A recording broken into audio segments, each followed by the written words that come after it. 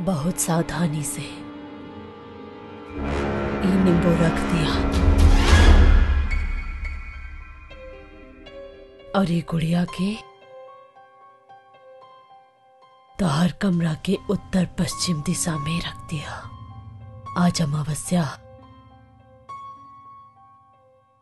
ये मंत्र के उच्चारण करिया गुप्त तरीका से। याद रखिया एगो मोमबत्ती जलैबा, अगर बुता जाए तो समझिया कि काला साया तार प्रेमिका के शरीर में प्रवेश कर गया। और सुना, ये काला जादू रही सिर्फ अगला अमावस्या तक। बाकी सावधान रहिया। ये नींबू और ये गुड़िया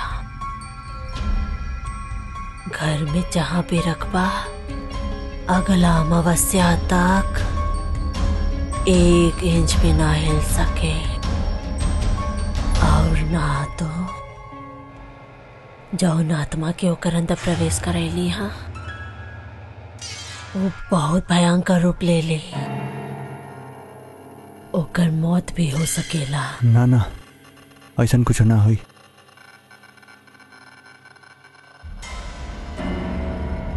लो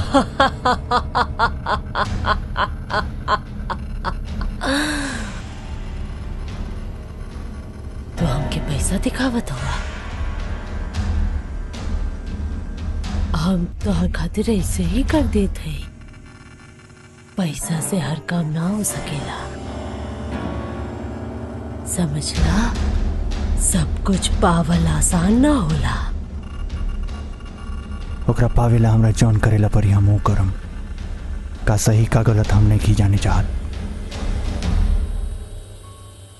आत्मा सबके साथ खिलवाड़ करल सही नहीं के, तब भी हम लोग करेली हमने के स्वार्थ खातिर। तहार लगे सिर्फ 1 महीना के वक्त था, ताकि जौन भी चाहिए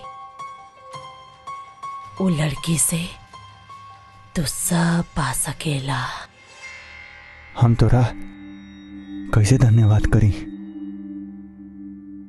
हमार मर्जी से कुछ नहीं के होत। जौन होता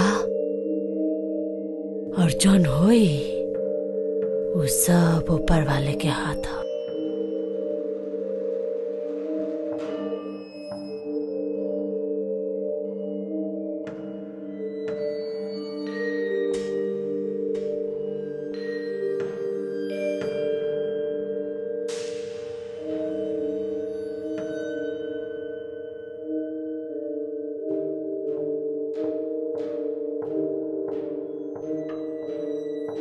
तू अभी एके लेके जा।